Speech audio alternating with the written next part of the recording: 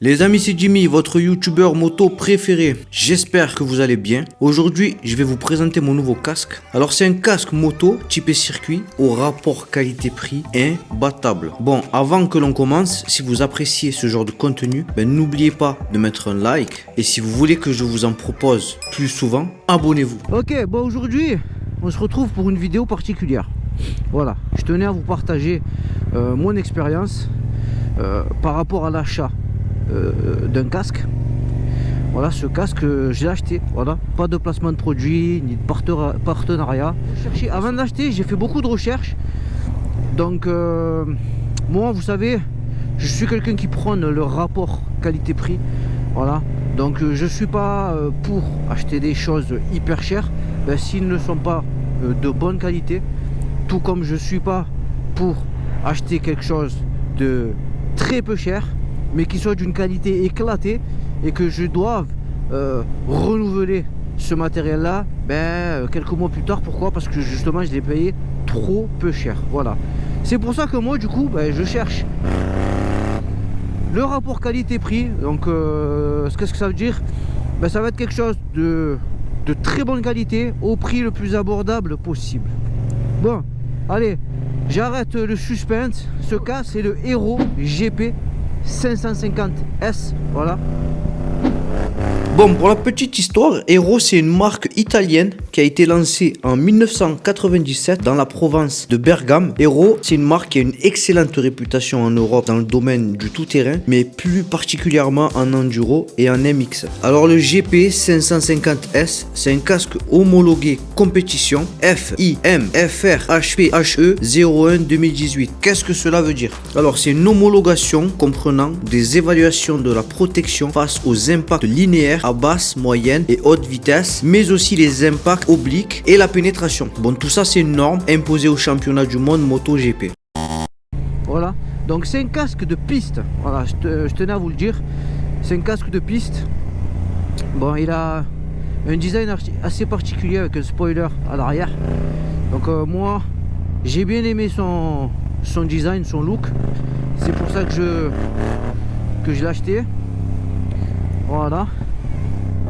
Donc pourquoi moi je suis allé acheter ce casque? Avant ça, sur mes vidéos, sur la quasi-totalité de mes vidéos que vous avez pu voir, je faisais mes prises avec un NXR2 en carbone. Voilà, donc il était très bien ce casque. Mais, bien sûr il y a un mais. Je trouve que le carbone quand même, on entend beaucoup résonner le vent. Voilà. Donc sur la vidéo que j'ai tournée, c'est quoi déjà? C'est le Zone Test 350D il me semble. Le vent c'était incroyable, voilà. Souvent on m'entendait même pas parler. Ensuite j'avais pas de bavette aussi sur le NXR2 parce que je l'ai cassé. Donc du coup voilà, tout ça c'était une galère. Alors du coup j'ai eu envie de changer. Je me suis pris un casque typé piste. Le Hero c'est vraiment un casque de piste, hein. Il a été testé par un pilote. On revient dessus tout à l'heure. Donc c'est vraiment un casque de piste. Voilà, j'ai beaucoup regardé les critiques avant d'acheter. Donc les casques de piste, vous allez me dire oui mais Jimmy, les casques de piste c'est pas les casques les mieux insonorisés. Oui, on est d'accord.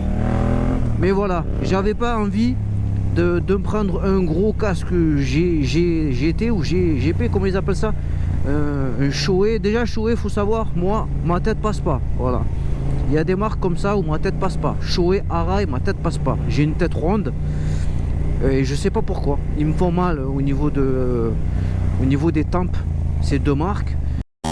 Je cherchais un casque pas trop bruyant. C'était vraiment uniquement même pour mes vidéos YouTube. Voilà, rien d'autre. C'était la raison numéro 1. Voilà, il fallait que ce que je dise puisse être audible. Bon, qu'est-ce qu'il faut savoir sur ce casque? Alors, déjà, il a été conçu en soufflerie. Donc ça, c'est très très bien. Au niveau de la composition, vous allez avoir une coque en composite HPC, Height Performance Composite. Donc c'est quoi tout ça? Alors, c'est une matière à base de fibres de carbone, de Kevlar et d'aramite. Donc c'est plutôt pas mal parce que en fait, vous avez une coque du coup qui va être super légère et en même temps qui va vous protéger un petit peu plus au niveau insonorisation que du carbone. À l'intérieur, vous allez avoir du tissu analergénique, démontable et lavable, qui sera très moelleux et agréable, avec des mousses fermes qui ne se tassent pas. Donc ça c'est bien, mais c'est pas bien. Pourquoi? Parce que ce casque taille petit, il a tendance à vous serrer au niveau des joues, et du coup si les mousses ne se déforment pas, ben, faites gaffe, choisissez bien votre taille. Alors il sera muni d'une bavette anti-remous, mais aussi d'une protection nasale, donc ça c'est très bien. Alors dans la boîte, qu'est-ce qu'on a? Dans la boîte, vous allez avoir un écran transparent qui sera monté d'office sur le casque. Avec celui-ci, vous aurez un écran Racing 2D à 50% fumé, avec une protection UV à des pauses rapides sans outils. Donc ça, c'est très bien. En gros, vous allez pouvoir switcher d'une visière transparente à une visière fumée et vice versa. Mais vous aurez aussi une lentille Pinlock qui sera incluse dans la boîte. Donc ça c'est bien. Lentille Pinlock, pour ceux qui savent pas, ça va empêcher votre visière tout simplement de prendre de la buée. Alors ce casque, il va avoir une prédisposition au système AEFR. Qu'est-ce que c'est? Aero Emergency Fast Release. J'espère que je l'ai bien dit parce que je suis pas anglais. Alors c'est quoi ça? En gros, ça permet un retrait rapide des coussinets de joue en cas d'urgence. Donc bon, la plupart des casques ils ont ça maintenant. Alors la ventilation sera optimisée avec 8 prises d'air plus 2 extracteurs d'air qui se situeront à l'arrière sous le spoiler. Donc ça c'est bien, je l'ai testé et honnêtement ça fonctionne plutôt bien. Ouais, vous sentez vraiment bien le filet d'air passer au-dessus de votre crâne. Alors casque qui sera décliné en 3 tailles de calotte. Vous avez la première calotte avec les tailles XS et S, la deuxième calotte avec les tailles M et S, et la troisième calotte avec les tailles L et XL. Ce casque sera annoncé un poids de 1400 grammes en XL, donc c'est plutôt pas mal, hein. Donc plus vous allez le prendre petit et moins il sera lourd. C'est vraiment pas un casque lourd. Il est plutôt bien positionné. Casque avec fermeture double D. C'est un casque de piste. Donc tu sais, tous les casques de piste ont des fermetures double D. Alors à sa sortie, ce casque il coûtait dans les alentours de 599 $. Je sais pas ce que ça vaut aujourd'hui, hein. Je connais pas le cours de l'euro. Mais aujourd'hui, il se négociera à partir de 300 € sur certains sites. Et ça pourra monter jusqu'à à peu près 400 € selon où vous l'achetez, selon la déclinaison et la couleur que vous choisissez. Il se déclinera sous une dizaine de couleurs. Bon, je vous affiche quelques couleurs, mais sachez-le, il y en aura encore un petit peu plus. Et comme je vous disais, selon la couleur que vous choisirez, ça aura une influence sur le prix. Toi-même, tu sais. Ouais, du coup, les amis, pourquoi je suis allé acheter un casque typé piste? Déjà par rapport au look, voilà, c'est beau, ça passe bien, c'est joli, hein, avec les spoilers à l'arrière là. Ça fait penser un peu au Pista, mais bon, j'ai pas les moyens de mettre 1700 € dans un Pista, donc celui-ci ça ira très bien. En plus je roule pas qu'en roadster, donc je vais pas mettre une blinde dans un casque que je vais utiliser de temps en temps. Allez, je ferme ma visière pour que vous m'entendiez bien. En plus je roule avec la MT-07, elle fait un bruit de fou furieux. Je sais même pas si vous allez réussir à m'entendre.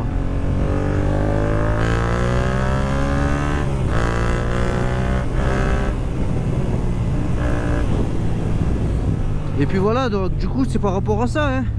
J'avais envie d'un casque qui passe bien, qui soit mieux, je dis pas bien sonorisé, mais mieux insonorisé que mon ex NXR2 en carbone. Voilà, donc du coup j'ai pris celui-là. Donc combien je l'ai acheté? Question fatidique. Moi j'ai réussi à le choper pendant la Black Friday à 250 € en l'achetant à Maxès.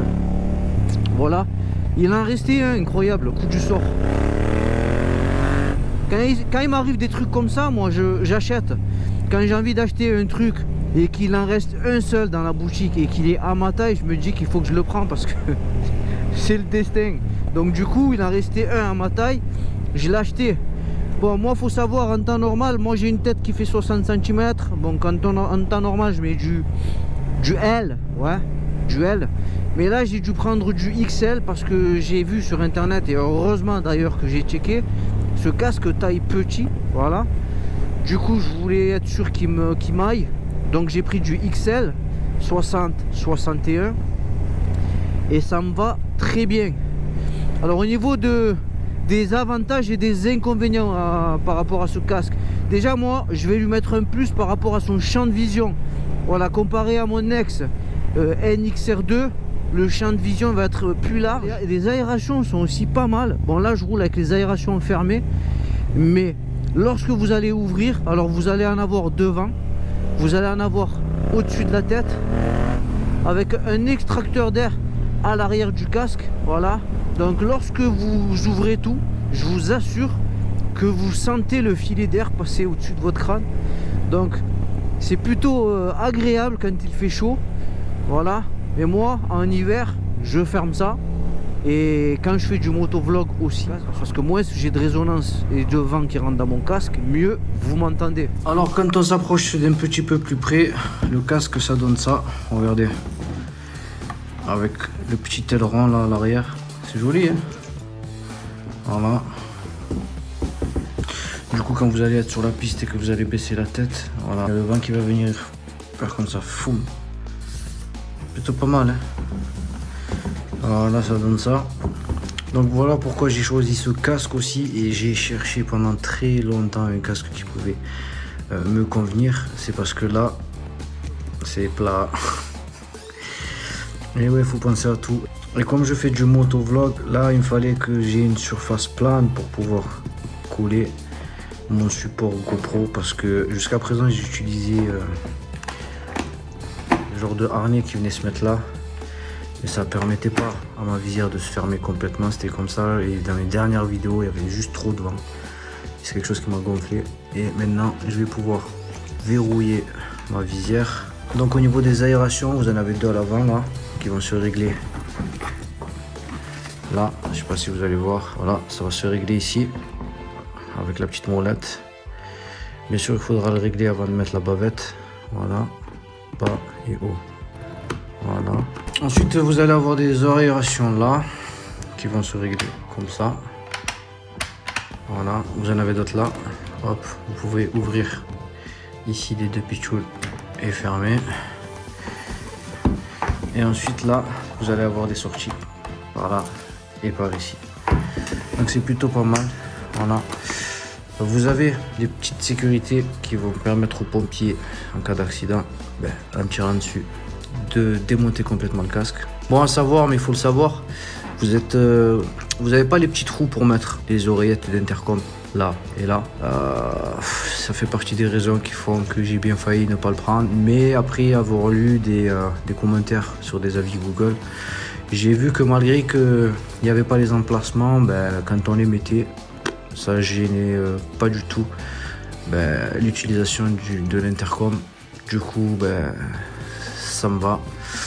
En fait, il a été très difficile pour moi de trouver un casque avec ici une surface plane pour mettre la GoPro. Vraiment, aujourd'hui, vous remarquerez, tous les casques là, ils ont des boutons, des machins, des aérations, c'est plein de trucs. Et c'est super compliqué de trouver un casque avec une surface plane. Voilà. Regardez ce que vous avez aussi, je viens de remarquer là.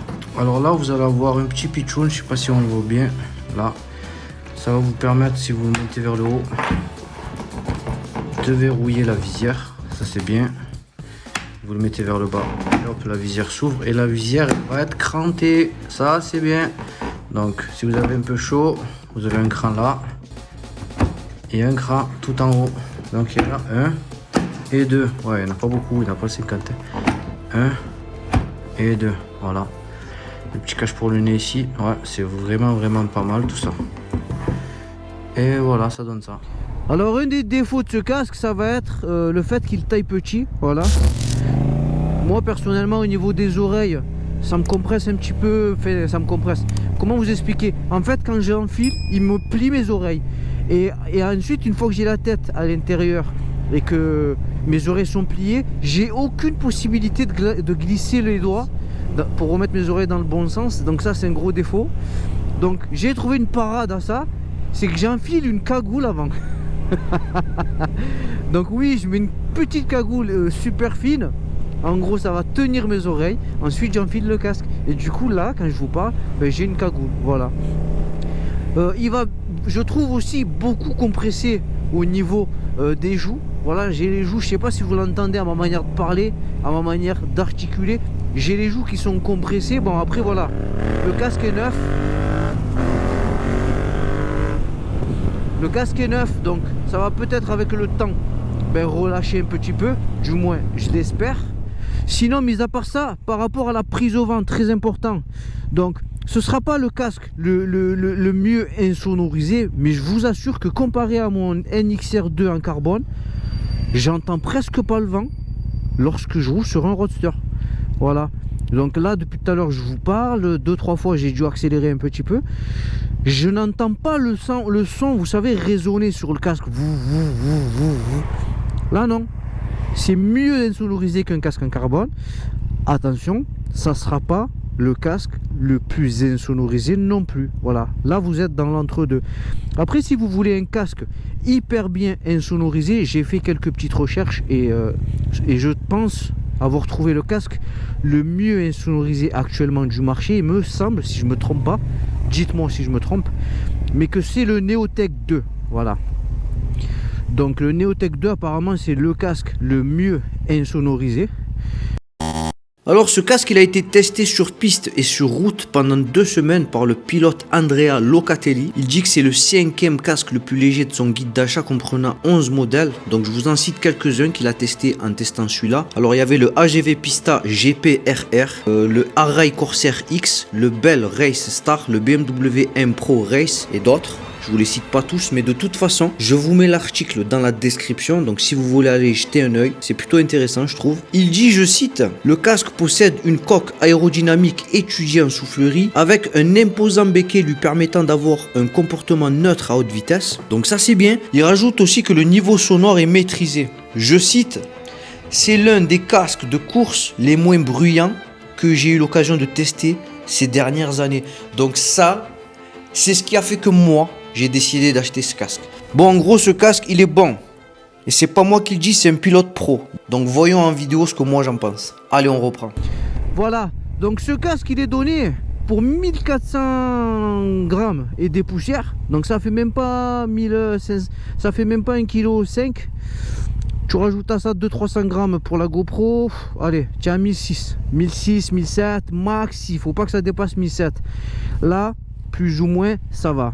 Voilà, j'ai tourné plusieurs vidéos avec ce casque avant bien sûr de pouvoir vous en parler et de vous vanter ses mérites. Parce que je vais pas vous vanter les mérites d'un casque s'il est trop lourd ou si j'aime pas. Voilà. Donc du coup, il convient à mon utilisation, tout ce qui est motovlog et tout ça. Voilà, il convient parfaitement. Maintenant voilà, ça va pas être le meilleur, mais personnellement, après avoir recherché pendant plusieurs jours, je trouve que niveau rapport qualité-prix, c'est un des meilleurs. Voilà. Donc vous pouvez le trouver hors Black Friday à un tarif d'environ 300-340 €. De toute manière, dans la description, je vais essayer de vous mettre un lien pour pouvoir l'acheter, si vous voulez.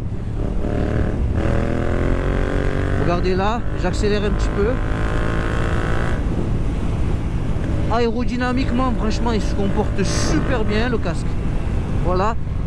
J'ai pas de mouvement de ma boîte crânienne, vous savez, comme ça, lorsque j'accélère un petit peu. Donc, tête plongée et tête baissée, comme les pilotes de circuit, on y voit super bien. Les angles morts, très facile à checker. Bonne visibilité à l'avant. Enfin, franchement, ce casque, il est pas mal. Voilà. Donc voilà, hein, ses gros défauts, ça va être quoi? Ben, le fait qu'il vous compresse les joues, hein, mais ça je pense que c'est un défaut qui se corrigera avec le temps. Moi ça fait quoi, 2 mois que j'ai ce casque, même pas, et je le mets pas souvent. Mentonnière en dessous, la mentonnière elle vient se positionner pile poil au niveau de mon menton et c'est juste impeccable. Il n'y a pas d'air qui passe. Donc voilà, regardez là, je suis à peu près à 55 km/h. Je suis pas dérangé par le bruit environnant du vent, hein. Je l'entends quand même le vent, je vais pas mentir. Voilà, je l'entends, mais je suis pas dérangé. La vision est vraiment pas mal.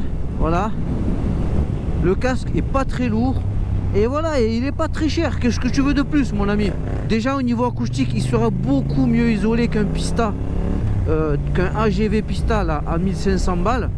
Attention, je critique pas cette marque ni les possesseurs. Voilà, chacun achète ce qu'il veut, hein.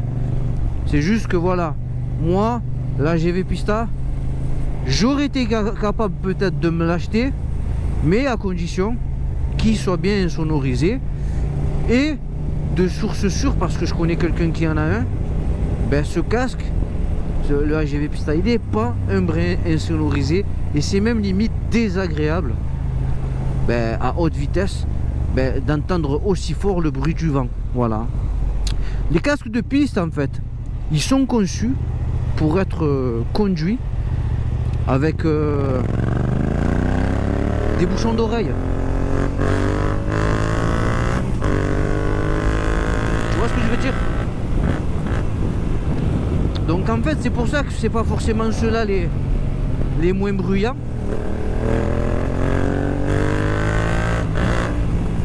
C'est de la bombe, en parole. Qu'est-ce que c'est bon la moto.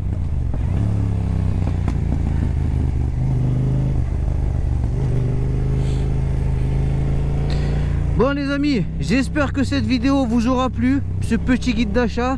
Si oui, ben, n'hésitez pas, un pouce, un abonnement, et il y en a assez. Allez les amis, je vous fais la bise. Ciao, ciao.